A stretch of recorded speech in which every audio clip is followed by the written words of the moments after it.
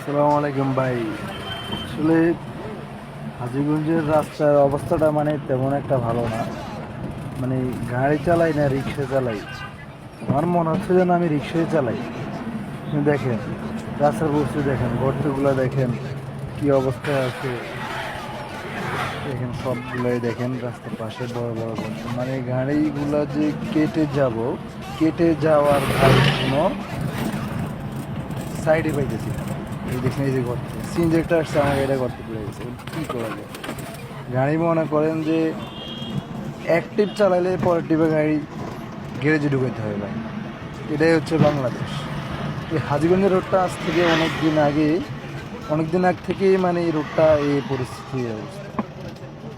কী করা যায় এখন, এই রোডটা এই অবস্থায় পড়ে আছে বলে কিছু কিছু জায়গা দিয়ে কাজ চলতেছে, তারপরেও গর্তগুলো দেখেন একটু পরিস্থিতিতে আছে।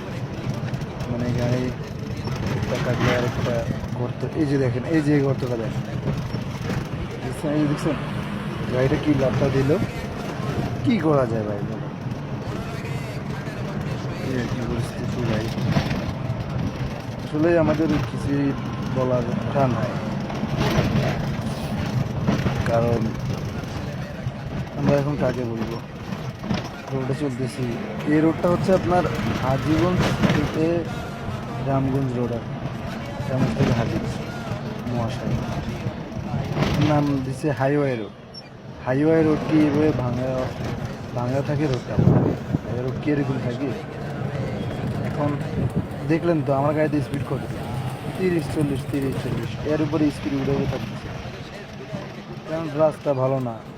গাড়ি দেখা গেছে জোরে একটা গাদায় ফালাইলে হয় গাড়ি চেম্বার বাজে দিতে পারে, বা দেখা গেছে একটা আপনার এই যে ডিফেন্সার দিতে পারে, বা দেখা গেছে স্পিডটা দিয়েছে ছেড়ে দিতে পারে। ভাই কী করে, এই যে দেখেন রাস্তার অবস্থা দেখছেন তো, দেখেন ভয়াবহ অবস্থা। কি করব, কি করা যায় বলেন, একই পরিস্থিতি ভাই, কি করব। মানে গাড়ির চালানোর মতো কোনো স্কোপ না। এই যে দেখেন কত বড় বড় গর্তগুলো দেখছেন, এই যে দেখছেন, এই যে মানে কোনো গাড়ির চালানোর মতো কোনো রাস্তাই নেই, এমন একটা পরিস্থিতি ভাই। দেখেন কি বলবো, আল্লাহ সবাইকে হেদায়েত দান করুক। মানে ওদের ওরা ক্ষমতা থাকতে তখন রাস্তাটা বাজেট হয়েছে কিনা জানি না, কিন্তু তারপরে ওই সময় টাকাগুলো খেয়ে ফেলছে ওরা। কী করবে বলেন, এই আর কি অবস্থা। আর একটা কথা হচ্ছে যে আপনার আমার ড্রাইভার ভাইয়েরা, বিশেষ করে প্রাইভেট হাইসগুলো যারা চালায় তাদের উদ্দেশ্য বলতেছি, মনে কিছু নেবেন না, একটু দেখে শুনে গাড়িটা চালাবেন ভাই, কারণ একটা মালিকের গাড়ি, তার 40 লাখ টাকা, একটু দেখে শুনে গাড়িটা চালাবেন। এই যে দেখেন আপনার এই যে এখন আছি বেলচর বাজারে, ওখানে গাড়ি একটা আসতে না আসতে একটা জন্য দাঁড়ায় থাকেন ভাই, গাড়িটা খরচ হচ্ছে না, এর জন্য কি এটা রায়পুরের গাড়ি, বাট কেন জানি ওরা এই রোডে ঢুকছে সেটুকু জানি না, সম্ভবত কুমিল্লার দিকে পানি উঠে গেছে এই কারণে। এই যে গাড়িটা যায় ক্লিয়ার আছে, এখনো এক হাত আছে আমার এখানে, বুঝছেন। আচ্ছা যাক, যেটা বলতে চেয়েছিলাম, আমার ড্রাইভার ভাইয়েরা একটু দেখে শুনে গাড়িটা চালাবেন, কারণ মালিকের বুঝুন তো, একটা গাড়ি ঢাকা ঘুরে আসলে কত টাকা ক্যাশ কী পায় এটা তো বুঝেনি। দেখ মনে কিছু নেবেন না আমার ড্রাইভার ভাইয়েরা, এটা মানে আমি ড্রাইভারের স্বার্থে বলি নাই, মালিকের স্বার্থে বলি নাই, কারোর স্বার্থে বলি না, আমি বলতেছি এটাই যে আপনার হচ্ছে মালিক এবং ড্রাইভার, আমার গাড়ি সেফ, আমি যতক্ষণ রোডে থাকি ততক্ষণ আমার গাড়ি সেফ, তো আমি সেফ, আমার গাড়ি সেফ, আমার কোম্পানি সেফ, আমার গাড়ি সেফ, তো আমার মালিক সেফ ভাই। এই আর কি ভাই, ভাইয়েরা এবং আমার মহাজন ভাইয়েরা, মনে কিছু নেবেন না, ভালোর জন্য আমি পোস্টটা ভিডিওটা ছাড়লাম। অবশ্য যদি গায়ে কিছু বলার থাকে বললেন। দেখছেন এই যে রিক্সাওয়ালা দাঁড়ায় রয়েছে, এই দেখছেন এই ভাই একটা এখন কি মেয়ে অবস্থা খারাপ হবে।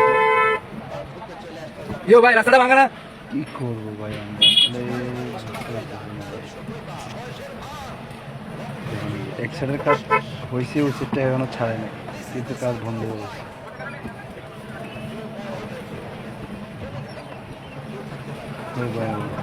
এই যে বাইটা যদি না থাকতো সামনে রাস্তাটা, যেমন এই যে দেখছেন, এই যে পিকআপটা দাঁড়ায় রয়েছে, এই হালা করে ভাই গাড়িটা না দিয়ে পারলাম না ভাই। ওরা মেন মানে সাইড করে তোরা একটা রাস্তার সাইডে যায় মালটা নামা আনলোড কর, রাস্তার উপরে ওরা মনে করেন নাম কর।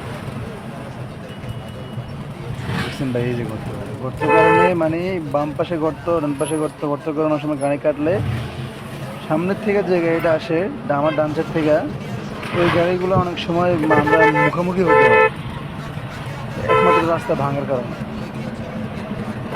একবার আমার সাথে এই যে সেন্দ্রা পাম্পের এই জায়গায় একবারটা দুর্ঘটনা ঘটছিল, একটা মোটরসাইকেলওয়ালা মেরা দিচ্ছিল গাড়িতে। আমার এক বড় গাড়ি নিয়ে আমি আসছিলাম, আপনার ঢাকা যেতেছি ওই সময়, তখন মোটরসাইকেল হঠাৎ করে মেরা দিচ্ছে, ঘুরে দিচ্ছে হঠাৎ, মানে গাড়িটা ঘুরে ফেলেছে। এখানে যে দিক দিয়ে মোটামুটি রোডটা একটু ভালো আছে। এই দেখেন এই জায়গাটা বিশেষ করে সবাই সতর্ক হয়ে গাড়ি চালাবেন, কারণ এই জায়গায় রিক্সা কোন অটো কোন মানুষ কোন কোনো ওদের কোনো ইয়ে নেই। ওরা কীভাবে গাড়ি চালায় আল্লাহ না এই যে দেখেন একটা গর্ত দেখছেন, এই জায়গায় সিএনজি আসতেছে। এখন কী করি বলুন তো ভাই, বিশ্বাস করুন ভাই, যখন একটা ড্রাইভার গাড়ি চালায় তখন ওই ড্রাইভার বুঝে কি আছে, কি কষ্ট, কি পরিশ্রম। সবাই তো মনে করতেছে যে গাড়ি চালানো খুব সহজ, একদম সহজ। দেখেন 20-এর উপরে স্পিড করে রোড ভাঙা ভাই। এখন আমরা কী করি দেখছেন, ভর্তিগুলো দেখছেন কত কী করি ভাই, কীভাবে গাড়ি চালাইবে ভাই। কোটি টাকা মাসে ইনকাম আসে বলে, কোটি টাকা ইনকাম আসে। আসলে পাবলিক তো মনে করে যে সবগুলাই ক্যাশ, মানে একটা সবগুলাই ক্যাশ পায় ভাই।